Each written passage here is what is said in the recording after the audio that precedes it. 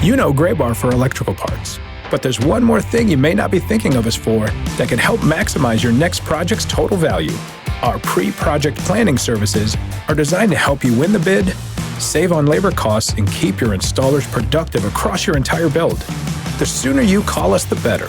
Because when we're there from the beginning, we can anticipate your needs and help you solve problems before they become problems. Yep, Graybar does that.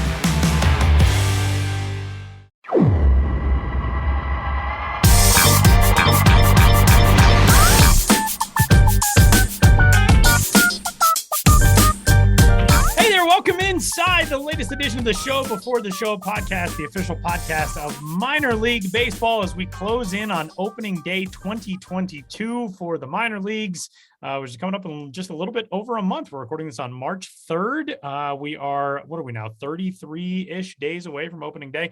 My name is Tyler Mon. Benjamin Hill and Sam Dykstra are in New York City. I would imagine we have probably some new listeners this week as we're coming up on the start of our season. Guys, what's going on? How are you? Hi, Tyler. My name's Ben. I'm doing okay. Sam, how are you? I'm good. Is this like what is this? Is this like a new meeting? Introduction. I just wanted to switch things up. Yeah, I guess we should be more formal in our introductions. You said new listeners, so I just wanted to say my name is. I feel like we have distinct enough voices at this point. We might have new listeners. That's true. And I am Sam Dykstra, if you've never heard my voice before. But yeah. Yeah, the grumpy stickler for rules is Sam Dykstra. The youngest one here is the grumpiest. Yes, I just want to throw that in there. Yeah. Middle initial P, by the way, for all of our new listeners. Let's kick off this week's episode of the Show Before the Show, as we're closing in on 350 episodes of this podcast. By the way, this is episode 348. I have spent weeks of my life subjecting you guys to me just like yelling on Skype and on Zoom. Very exciting stuff for all of us. But thanks for tuning in wherever you found us at the Show Before the Show, whether it's milb.com/podcast or of course Apple Podcasts and Stitcher and Spotify and all the rest. You can get in touch with us, especially as minor league opening day draws nearer and nearer. Podcast at milb.com. You can find us on social media as well, at MILB for Minor League Baseball, at Ben's Biz for Benjamin Hill, at Sam Dykstra, MILB for Sam, and I am at Tyler Mon. And we will kick things off on this week's episode of the Show Before the Show with a discussion about a minor league connection to the current unfortunate Major League work stoppage, as the owner's lockout has continued and has canceled the first two series of the 2022 season as things sit right now. But the lockout discussions, the meetings between the owners and the MLBPA happened at a minor league stadium, which is also a spring training stadium, but Roger Dean Chevrolet Stadium in Jupiter, Florida. I was actually wondering last week, why didn't they do this like in a hotel? Why are they walking across parking lots? What's that all about? But apparently there was a PGA event that was going on in the Jupiter area, and so there really was no hotel space available. This is a very interesting place for the baseball crossroads to hit over the last couple of weeks. But Roger Dean Chevrolet Stadium is not any unfamiliar with hosting multiple levels of duty in the baseball world. And I'm going to let Benjamin Hill tell you why that is. I wrote an article, Tyler, quite a few number of years ago in 2014, and then I visited to see it for myself in 2015. But the designation that Roger Dean Stadium has, Roger Dean Chevrolet Stadium is now what it's called, is the busiest ballpark in America. I don't know if we can absolutely quantify that, but that's what we call it. That's what it's been called. And I think that is a very good thing to call Roger Dean Stadium because, to wit, it is the spring training home of the Cardinals and the Marlins.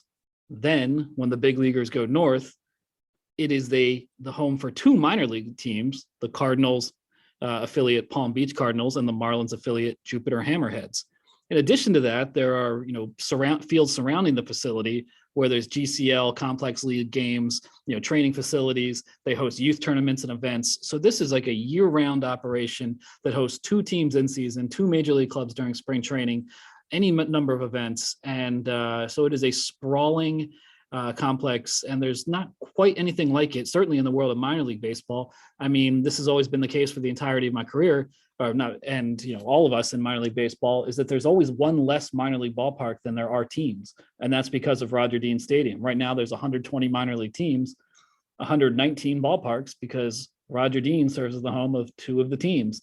So I think for those of us, who've been to games, whether spring training or minor league at Roger Dean, or who are at least aware of it, it was kind of interesting to see its place in the baseball landscape over the past week, because it's like, hey, that's that place. That's the home of the Jupiter Hammerheads, of the Palm Beach Cardinals, and so much else. So it's a familiar place.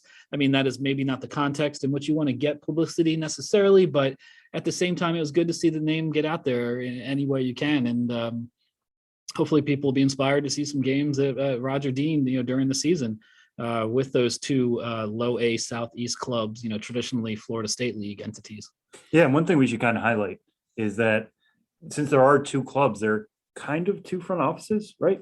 Yeah, it gets a little confusing to look at the kind of organizational tree. There's a general manager of the entire stadium, but then there are kind of separate front office staffs for both teams. In order just, I think, to delegate responsibility better, because it's obviously a lot of work to handle all the day-to-day needs of running a minor league baseball team. So you have the general manager of the Palm Beach Cardinals, the general manager of the Jupiter Hammerheads, media relations for one team, media relations for the other, because especially as anyone who's worked in minor league baseball knows, you could basically not function if you had to do those duties across the board for a team that was literally essentially always home between two teams. And then there's the, because they're in the same league, you get throughout the season, these teams playing each other, a fair amount. They're obviously in the same division. So you have both stadiums at their home, but one's the home team and one's the road team. And then in the next series, that might switch up. So that is another kind of unique thing, that you can go see the Palm Beach Cardinals play the Jupiter Hammerheads. Both teams call that stadium home. And, I don't know. I'm sure there's some name for that rivalry series. Battle for the Dean. Battle for the. I don't know. I got to come up with something better. Dean Duel. Dean Duel. There you go. Dean Duel. I was going to call it the the Galaxy series, because it's played in Jupiter. I like Galaxy better. Yeah, Galaxy. I don't know why Galaxy I was like, I saw it in my head, and I was like, Galaxy, obviously. So now some of the background of Roger Dean Chevrolet Stadium in Jupiter, Florida, which will be hosting minor league baseball coming up next month as we close in on opening day. The AA Portland Sea Dogs are set to kick off their home season on April 8th. But it's a game on August 13th against the Richmond Flying Squirrels that has jumped into the headlines this week from Portland, Maine. I'm a little disappointed in us that we did not think to bring on our Portland, Maine bureau chief, Josh Jackson, just for this conversation. But the Portland Sea Dogs will be known for one night and one night only as the Maine Bean Suppas. Not supper, which is the word that would be based on. Bean Suppas, Suppah. I don't know anything about any of this. I gave it one quick read through a Portland, Maine news outlet. Sam, you'll be much better equipped to explain what a bean suppa is to the rest of us. Just as a note, Josh Jackson has told me time and time again that when I go visit him in Portland, Maine sometime, he's going to take me to an area place called Hot Suppa, which is not evidently open for dinner currently. It's just open for breakfast and lunch, which isn't suppa? Doesn't that have to be dinner? Although I know in some places dinner is lunch and suppa is dinner. That's a Midwest thing. Anyway, what's suppa that? Sam, give us the lowdown here on the bean suppas. Yeah, so a bean suppa. Wicked good bean suppa. Yeah. It did make me wish that they would have dropped a wicked in here somewhere. But anyways, it's a dish that involves baked beans, which is a little bit of a Massachusetts, Maine delicacy, but it's served with Frank's, hot dogs, whatever you want to call them. In Maine, they call them red snappers. Now, for you at home, you might be thinking fish and beans. Those don't really go that great together. Why would you do that? It's not the red snapper, the fish. A red snapper is a hot dog in Maine. And it's exactly for the reasons you might be thinking. It is a little bit redder than your average hot dog. And it is also has like a crisp snap to it. So they call it a red snapper. So there you go. If you learned anything. Yeah, it's baked beans with red snappers, not the fish, the hot dogs, and brown bread on top of that. So it's a lot going on to eat. It's kind of like a communal experience. The Portland Sea Dogs have announced that they were selling to-go bean suppas tonight, and they've already sold out at time of recording. Here we are recording at 4:40 on Thursday. They sold out before it actually got to supper time. So yeah, there's just so much fun to be had with this name. It's just fun to say. The logo is really fun. The logo is great. The red snapper like popping out of the beans, but wearing which a cap, which are sitting in a slow cooker, by the way. Yeah, just like a very communal, and it's in front of like a paper plate. And he's wearing the winter hat with like the pull down ear flaps, and he looks like a little perturbed. He looks like a BoJack Horseman character. It really is a fantastic logo. Yeah, and it does all those things, kind of speak to the communal aspect of it that Sam mentioned, the slow cooker, the paper plate. I'm not too familiar with Maine, and we'll get Josh Jackson on, certainly. It's his day off, we should say. The reason why we did not have him on is we didn't want to call him in just for this, but we will be bringing him back for sure by the time this actually happens on August 13th. Right. And I'm sure you can get a bean supper maybe at some local restaurants, but you're really hitting the AH on supper. Yeah. But the paper plate, the slow cooker, it's about community gathering places, churches, your firehouses, your VFWs, what have you. When people congregate, it's something that can be put together, fairly easily for large groups of people. So it's the regional equivalent of, I don't know, a fish fry. Yeah, it's like a fish fry in the Midwest. Breakfast, things along those lines. And, one of the Sea Dog's previous alternate food identities was whoopie pies. And, that one fell into, I don't want to quite say controversy, but maybe a little antagonism, because the Reading Fightin' Phils also had a whoopie pies alternate identity, out there in kind of Pennsylvania Dutch country or close to it. And then that led to the same league, by the way. Yeah, and in the same league. So, we're like, come on, only one of us is the whoopie pies, and there was arguments between Maine or central Pennsylvania, which one really can lay claim to the whoopie pie. I'm going to go ahead and guess. I could be wrong. Someone might come out of left field and say, no, we're the real home of the bean suppas. But no, I don't think so. I think this is going to stay, in Portland territory, and they can fully own this one and not have to get in a territorial battle over it. So that's just my guess. Bean suppas has become our uncut gems. For anybody who's been following that meme that's been going around the internet, that's our new uncut gems. Wicked good bean supper. Yeah, but the hat is very cool too. We talked about the logo and the look and the paper plate and the paper plates on the jersey and all that kind of stuff. But like the beans are sitting on the lid, and it looks like the red snapper is like popping out of the lid. It's such a good overall look.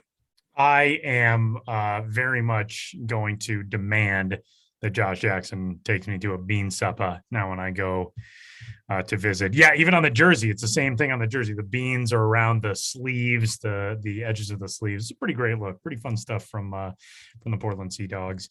And now I talk about a thing that I wrote, which means I have to awkwardly toss it to you guys to then toss it back to me.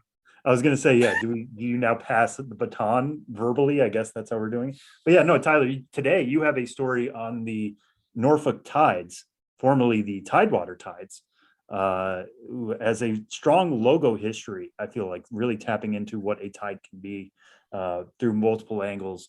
And now, of course, they kind of land on one that has a little bit of a sea unicorn look to it. But what did you kind of take away from this story, for a team that has a name history going all the way back to the 1960s when they were in the Sally League? Yeah, it's kind of a cool story that the name has lasted through a handful of different franchises. This team was originally, as Sam said, in 1961, founded as a South Atlantic League team. From 1963 through 68, they were a Carolina League team. And then in 1969, the New York Mets moved their AAA team from Jacksonville, Florida, to Norfolk, Virginia, in the Tidewater region. And that team just picked up the Tides name, which I thought was really cool. And they've held that ever since. And they were affiliated with the Mets through 2006. Maybe the most interesting element of the story to me for the Tides name, again, they were known as the Tidewater Tides in reference to the region where they resided from the early 1960s until 1993 when they moved to downtown Norfolk. But they held a contest, like so many teams and so many sports and so many eras, through the local newspaper to find the name for the team, the new team, and the fans chose a name. And then the sports editor at the Virginian Pilot was like, nah, I don't like that one. I like this one better. So evidently the contest decided on the name Mariners, obviously well before the Seattle team existed. But the editor of the paper decided, you know what? Tidewater Tides has a very cool ring to it. So they went with the Tides as the name. It was a fun piece to put together. There weren't quite as many logo changes throughout the history for that franchise as some of the other logo history stories that we've done on the site, but there were some interesting elements to each of them. One that's, very 60s looking, kind of beach weathered wood script that was the main logo for, I think, from 1969 through 1992 for the Tides. When they moved into Harbor Park in downtown Norfolk in 93, they changed their name from Tidewater to Norfolk, came up with a new logo that I was sure to ask in the interview that I did for this story. Like, when I look at that, it very much looks like the Nike swoosh to me. And Joe Gregory from the Norfolk Tides was like, yeah, it's something where I don't think there was ever a cease and desist that was issued, but there was a conversation from what he had heard that was sort of along the lines of like, all right, just watch what you're doing here with this logo, because the wave crashing on top of the word mark in the previous Tides logo, very swoosh evocative.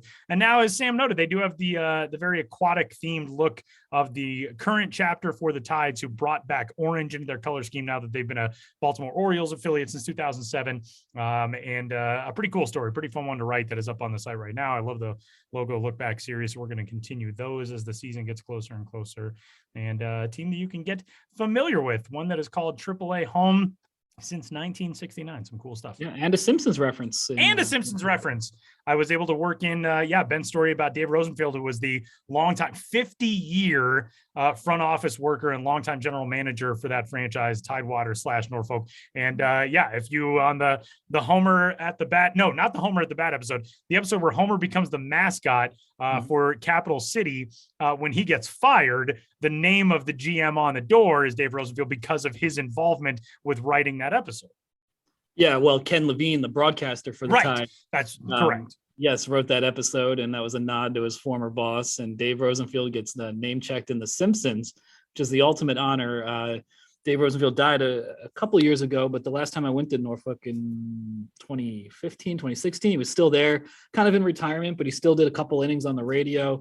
And I asked him about The Simpsons thing, and he was just kind of like, big shrug, kind of like, I still get calls when it's on, Is that show on the air still? Yeah, but he could have cared less. But, for us, it's just like, dude, your name was in The Simpsons. Yeah, you're immortal. But, we like pointing out the Simpsons references in minor league baseball. Of course, Albuquerque's a strong one. Another one here in Norfolk. We got to come up with some more. It's always a good topic. Yeah, always a good topic. One thing we should say about Norfolk, because I tweeted their coffee logo this week. I just was doing like your minor league logo of the day thing while people were following the CBA negotiations, and it was going late into the night. So I was like, here's the Norfolk coffee logo. We've talked about it on the show. I talked about it the other week when we were asked about food identities. Apparently people still don't know about that hat. So if you're a big coffee fan, you can get a Norfolk coffee hat on their website in their Milb store. You can be hot, it can be iced. It's one of the coolest ones. It seems to take off every time somebody recognizes it and finds out that it exists. So I just wanted to throw that out there again while it was on top of my head this week. It is a very good one. He says it's on the top of his head, but he's not. I'm not wearing it. Not even wearing it. See, I can't tell because you have the blurred background thing on. For whatever reason, only Ben's face is being recognized today. Oh, now it's switched. Now you move the camera a little bit. And now it was hilarious because every once in a while, Sam's face would come in unblurred. And it was just this disembodied face hanging above a blurred out shirt and torso. And now it's just Ben. I can only see Ben. Sam is so I've blocked Sam. It's that episode of Black Mirror where you can block people in your brain. I no longer see Sam. He's just a blur to me now. There we go. That's what I wanted. I'm having a bad hair day, so this is what I've wanted all along. Yeah, mission accomplished. If that was my bad hair day, I would be feeling pretty good about my hair. I'm wearing a hat. That's how much I hate my hair.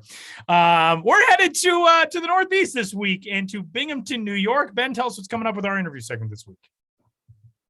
Going to Binghamton because Binghamton is a place I think we should all learn more about, and my most recent ballpark guide is about. You'll hear me soon in the intro to this segment. Call it Mirabito Stadium. Mirabito Stadium.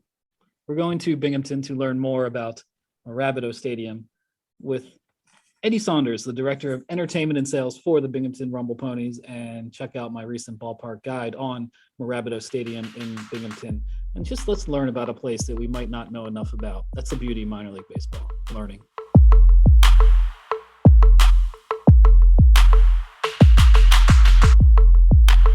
LinkedIn is pretty great at a lot of things, like helping you tap into the latest trends and insights in your field.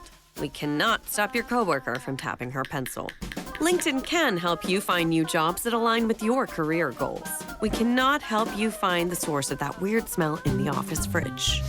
Ew. And while we can't stop your coworkers from bringing their hobbies into the office, LinkedIn can help you bring your career to the next level. LinkedIn is the network that works for you. Well, as we've talked about for weeks and months on the Show Before the Show podcast, we are working on a long-term project. Several of us writers in the MILB.com, MLB.com universe, we're working on the Minor League Ballpark Guide project, writing a guide for every single minor league ballpark, and that will come together to form a one-stop shop for planning your own minor league baseball road trip. And it's been a great project to be a part of. A lot of work done, a long way to go. And the most recent ballpark guide that I've written is the Binghamton Rumble Ponies, who play at Mirabito Stadium. And we thought, you know what? Let's talk about the Binghamton Rumble Ponies. Let's learn more about the Binghamton Rumble Ponies and about all things Binghamton. So to do that, as a complement to the Binghamton Rumble Ponies ballpark guide, we have an actual Rumble Pony with us. Rumble Ponies Director of Entertainment and Sales, Eddie Saunders. Thanks for being here, Eddie. Thanks for having us, guys.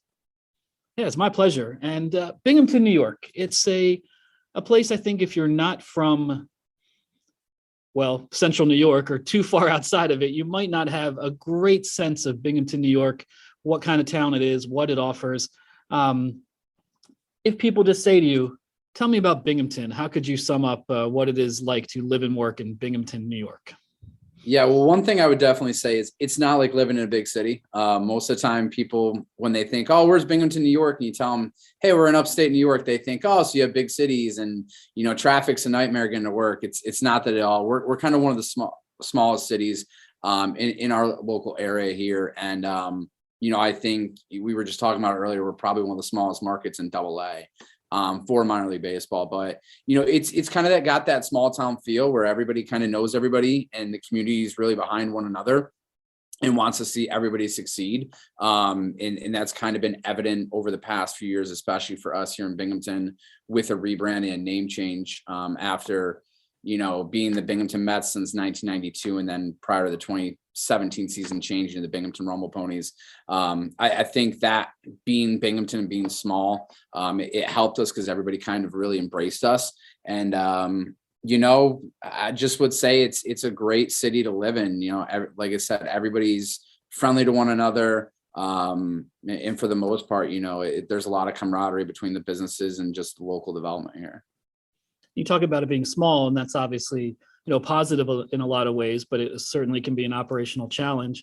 Your ballpark is about 30 years old now, and going back, I remember around, 2013, 2014, 2015, there was rumors that, the team might leave or go to the New York Penn League, and then bam, new ownership, rebranding, new investment, and the Rumble Ponies, not the Mets, and there was a new lease on life.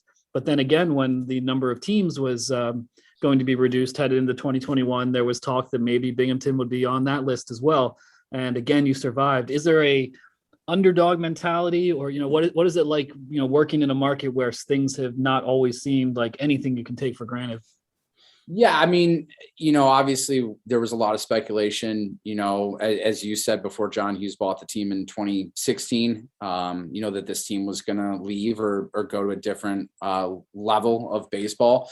And I think it's just been, I really credit that to our local city.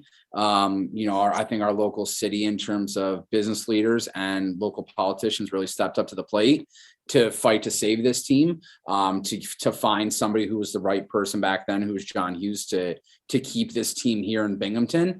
And then, like you alluded to earlier, when there was a shift and 42 teams were kind of eliminated, I think it was it was that underdog mentality that Binghamton had always been talked about as being one of those teams on the chopping block, and can Binghamton have a AA baseball team?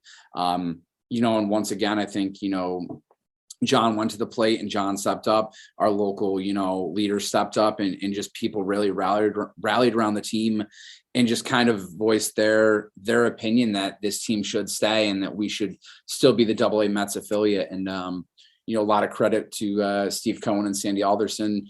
Sandy had been a friend of the team in his previous role with the New York Mets and had been here many times, and just, stepping up to the plate really to keep Binghamton and kind of keep us in that, the road to Queens, which, going from Brooklyn to Binghamton to Syracuse, obviously having our affiliation in St. Lucie. So I definitely think there was that underdog mentality to keep and to fight, have this team here. And a lot of people stepped up to the plate from the MLB level, as well as just from the local level, to really fight. And, now we have another ownership change with David Sabaka taking the team over. He's been with us since, November of 2021. And I think he kind of came in with that kind of same mentality to keep and fight, save baseball here. And he made his commitment that, we have one of the longest leases with our city, and obviously now we're making the stadium upgrades, which we're eager for over the next few seasons, just kind of make this a world-class facility for the future stars of the New York Mets. Yeah, that touches on two things I want to get to here real quick. And I'll start, I guess, with those stadium improvements, because that's part of the whole partnership between MLB and MILB teams is improving stadiums, getting them up to a certain standard. So when you guys are looking forward to the 2022 season, or obviously beyond that, now that things are locked in for a longer term, what improvements are coming to Mirabito Stadium?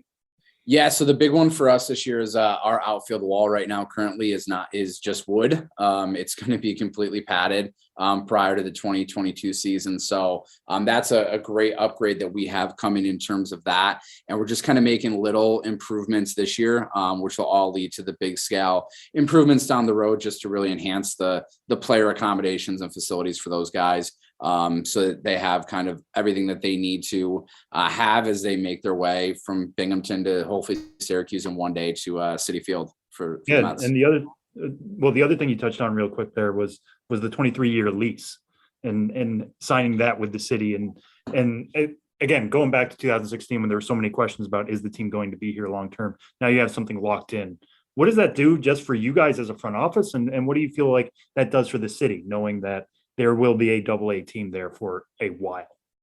Yeah, I think just from an internal level, it definitely, when the news kind of came to us that there was an ownership change and that there was a commitment to keep this team here, I think that was a great thing for the staff that we had here. And David has come in and been great, welcomed everybody with open arms. And I think that's definitely helped us internally to move forward and to be confident in having a team here and having baseball for years to come. And I think just from a city standpoint, when we unveiled the ownership change and all in the lease extension, and that there were upgrades coming here in the next few years, I think it just was a kind of a booster to the city.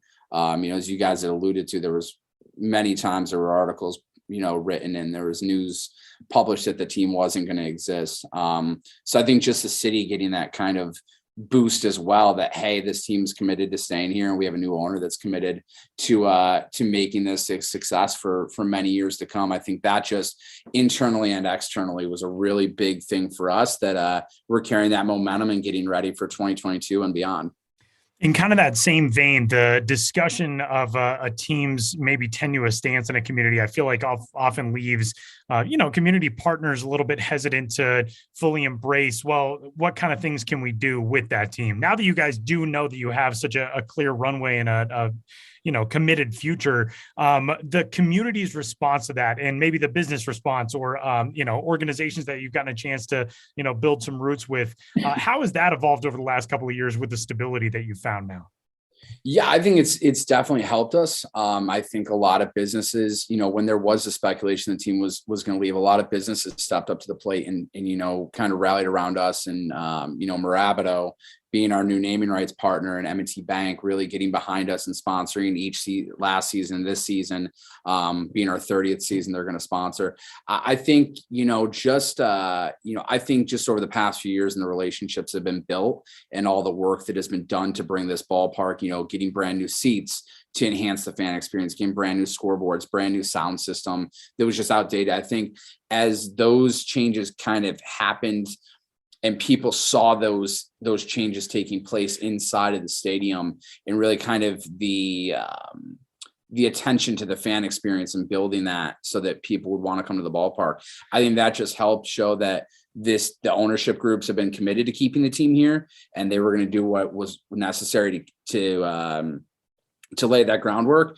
And, I just think this, like I said earlier, we're a small town, and a lot of these businesses, Marabito, M&T Bank, Visions. I mean, there's so many that we can go on and on about. They really just kind of embraced us and stepped up to the plate to really just help support so that we don't get into a situation on the road where it's like, oh, should Binghamton have a team? So we're all about community here, and we appreciate, being the best neighbor we can be to those businesses and everybody in our area. And then, their contributions to help be our best partner as well.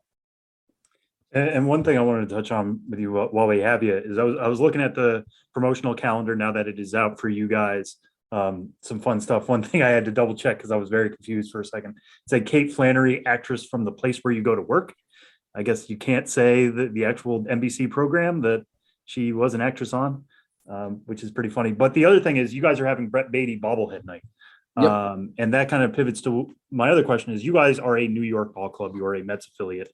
You're not particularly close to the city, but you guys have been a Mets affiliate for a long time. How do you guys kind of like foster Mets fanhood in that area? Because people could maybe be Phillies fans. They could be Yankees fans. They could be anything, maybe even Pirates fans if they want to go Western PA.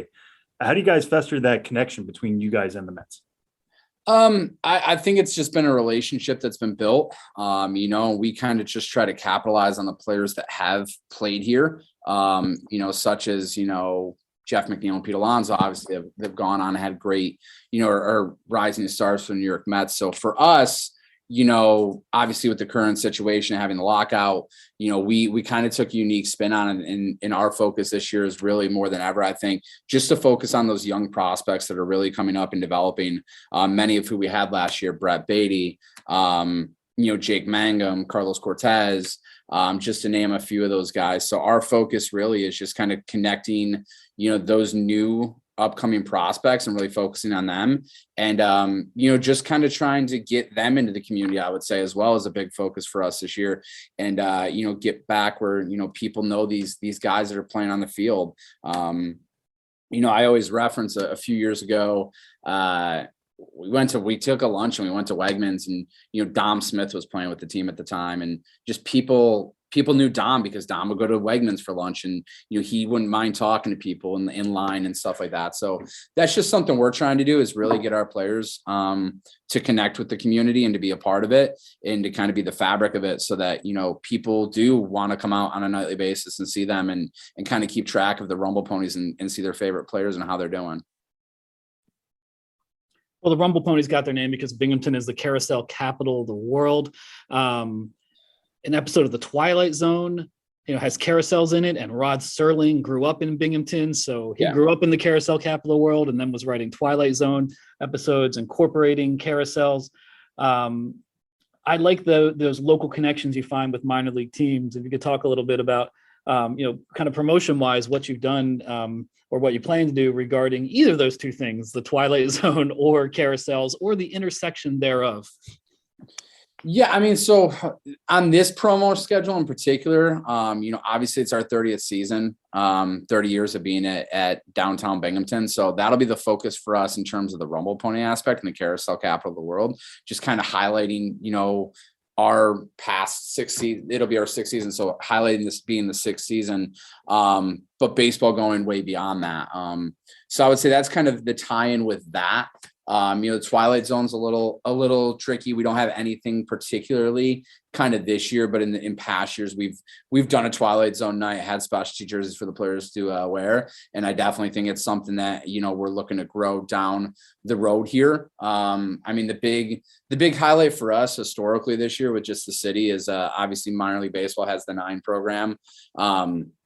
And us being just within, shooting distance of just so close, I should say, to Cooperstown. Bud Fowler's getting inducted into the National Baseball Hall of Fame this year. He played in Binghamton at one point as a Binghamton bingo. So we have big plans to do our 9-night to kind of celebrate Bud Fowler and his unique story that not a lot of people know and make it more educational. And we're currently in the works on doing a bobblehead and a specialty jersey around that, and just kind of trying to embrace him and his impact that he had really on the game of baseball. Yeah. I've recently wrote a story on Bud Fowler for MILB.com, and that was kind of a new version of a story I wrote 16 years ago. I've been pretty much obsessed with Bud Fowler for a long time, and I just seen that you're doing that promotion. Yeah, he played for Binghamton in 1887. Yeah, in the International League. There's just so many baseball stories with Bud Fowler, but I'm really glad to see that you're doing that and telling his story a little bit because that is fascinating. And if we're here, we got you for this segment. We're talking about Binghamton and the Rumble Ponies. There's one topic we, of course, have to get to. I think you know what it is. Speedies. It's the Speedy. I don't think I knew what a Speedy was until I started, writing about minor league baseball, and I learned it through the then Binghamton Mets and the promotions they were doing. Now you guys have a annual Speedies promotion with the theme jerseys and everything. If you could just explain a little bit, first for the uninitiated, what they are, and then two, how you serve them and celebrate them at the ballpark. Yeah, so a Speedy is really it's when it started in Binghamton with Lupo's SNS Charpit. That's a great supporter of us, and that's kind of who spearheaded this for us to kind of become the Binghamton Speedies. And it's usually chicken or pork or beef that's kind of been cubed up and then marinated.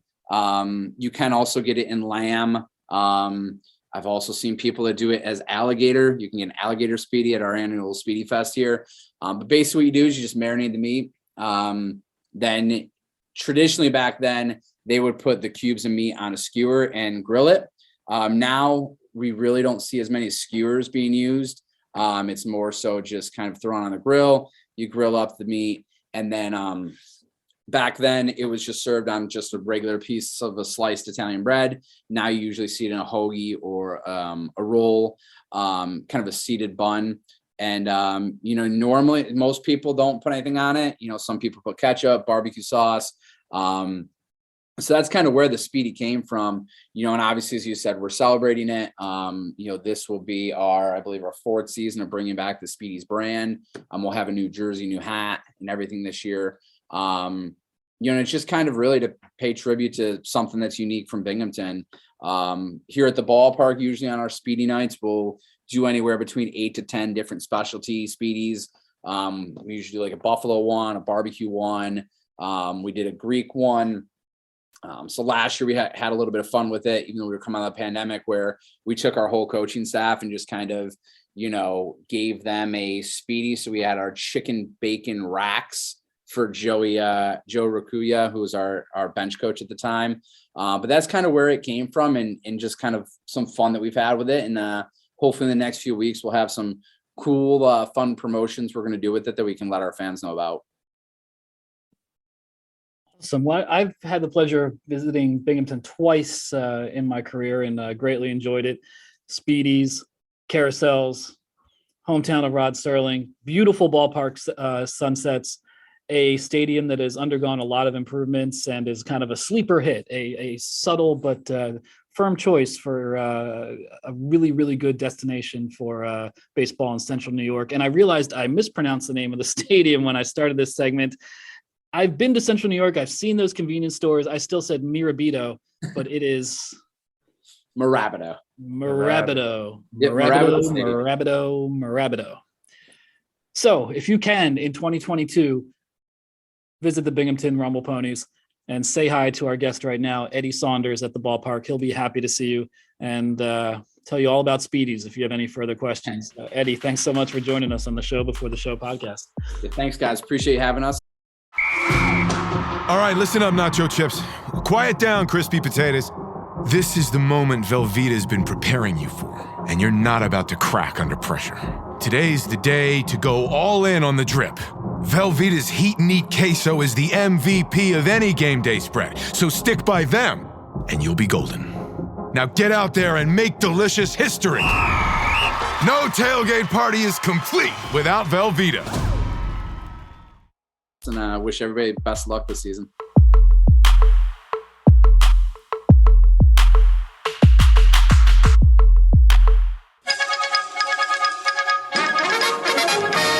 We interrupt this podcast to bring you another thrilling edition of Ghosts of the Miners. Now, here's your correspondent and host, Joshua Jackson.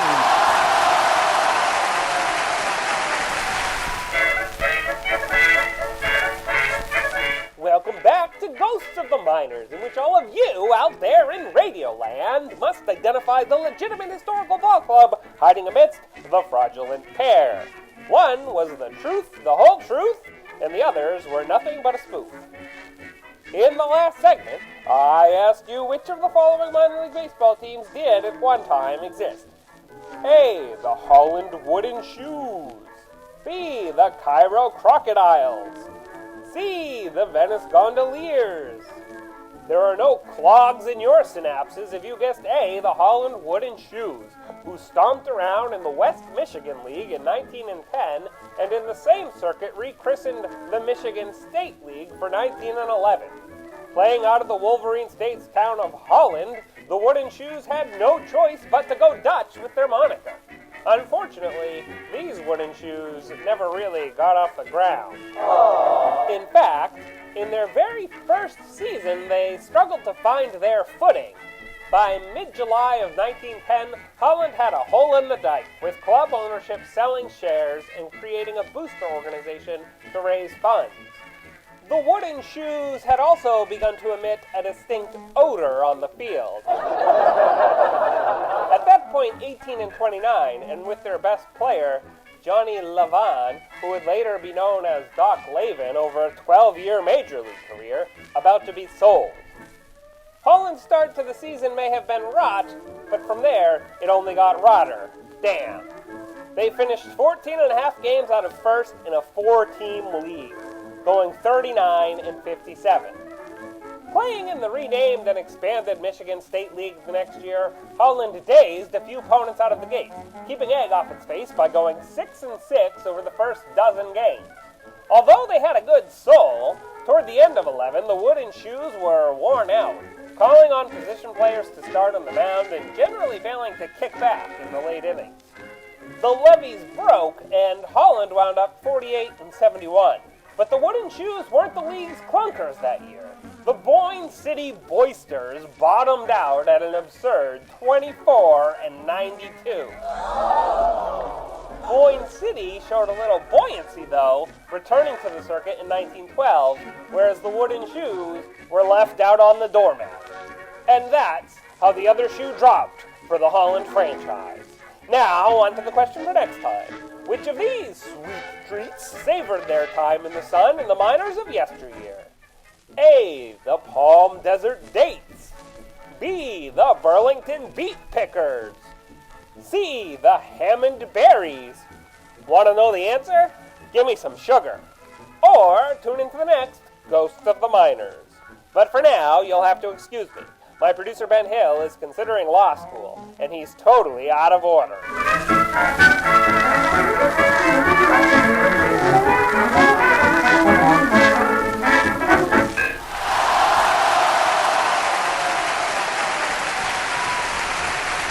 Final segment on this week's episode of the Show Before the Show as we get closer and closer to episode 350.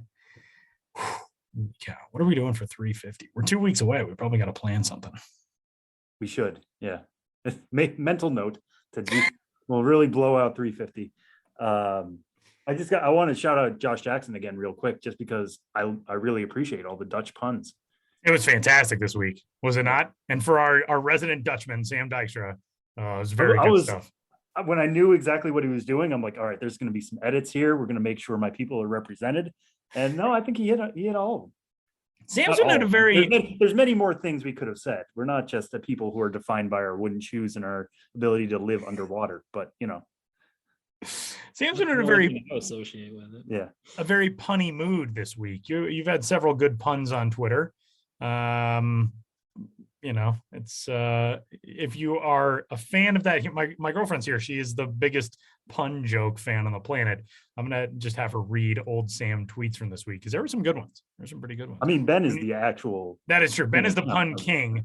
Right. You were on a good roll this week, though. I think I'm getting into season shape is what's happening here. The off season has gone on for too long. Minor league opening day, again, let's underline this, is right around the corner on April 5th. April 5th. So here we are. Rain or shine, not actually, because if it rains too badly, baseball. But April 5th, minor league opening day is coming. And we will be back next week and every week until then to lead you up to it. And for Benjamin Hill and Sam Dykstra in New York City, my name is Tyler Vaughn. We'll talk to you next week.